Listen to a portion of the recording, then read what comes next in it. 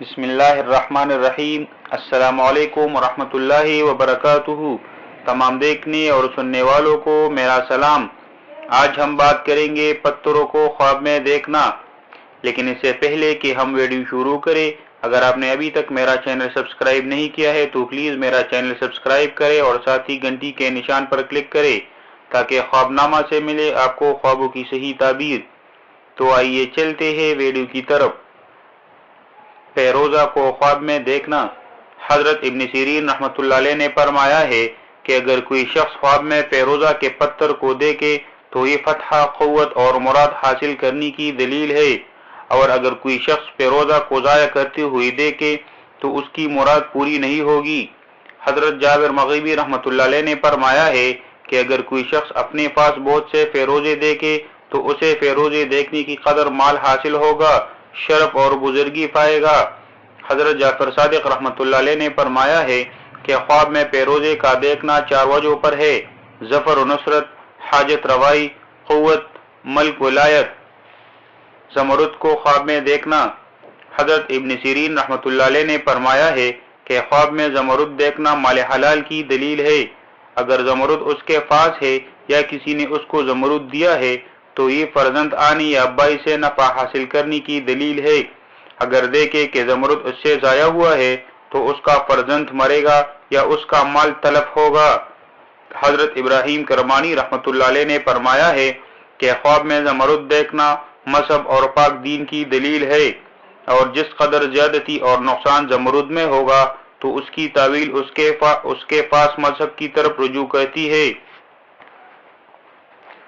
حضرت جابر مغربی رحمۃ اللہ علیہ نے فرمایا ہے کہ خواب میں زمرد کا دیکھنا 5 وجہوں پر ہے: نمبر 1 فرزند، نمبر 2 بائی، نمبر 3 مال حلال، نمبر 4 کنیز، نمبر 5 نیک غلام۔ زبرجد کو خواب میں دیکھنا۔ حضرت ابن سیرین رحمۃ اللہ علیہ نے فرمایا ہے کہ اگر کوئی شخص خواب میں زبرجد کو دیکھے تو یہ خیر و عافیت کی دلیل ہے۔ اگر اپنے پاس بہت زیادہ زبرجد دیکھے تو دیکھنے کی قدر مال اور نعمت حاصل کرے گا۔ اگر زبرجد ضائع ہوا دیکھے تو اس کے مال میں نقصان ہوگا۔ حضرت جعفر صادق رحمۃ اللہ علیہ نے فرمایا ہے کہ زبرجد کو خواب میں دیکھنا 3 وجہوں پر ہے: نمبر 1 خوشی، نمبر 2 مال، نمبر 3 نفع۔ مختلف قسم کے پتھروں کا خواب میں دیکھنا۔ حضرت ابن سیرین رحمۃ اللہ علیہ نے فرمایا ہے کہ خواب میں پتھروں کا دیکھنا 2 وجہوں پر ہے: نمبر 1 مال، نمبر 2 رئیس۔ رئیس اور نرم پتھر کا فائدہ بہت زیادہ ہے۔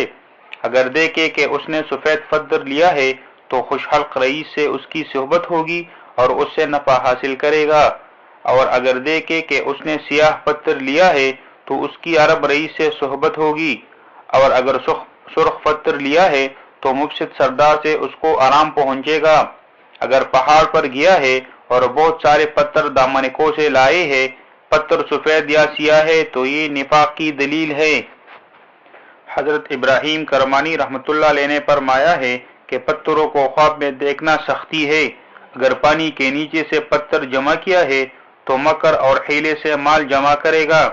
اگر پہاڑ سے پتھر تراشے تو کسی بزرگ سے مال جمع کرے گا۔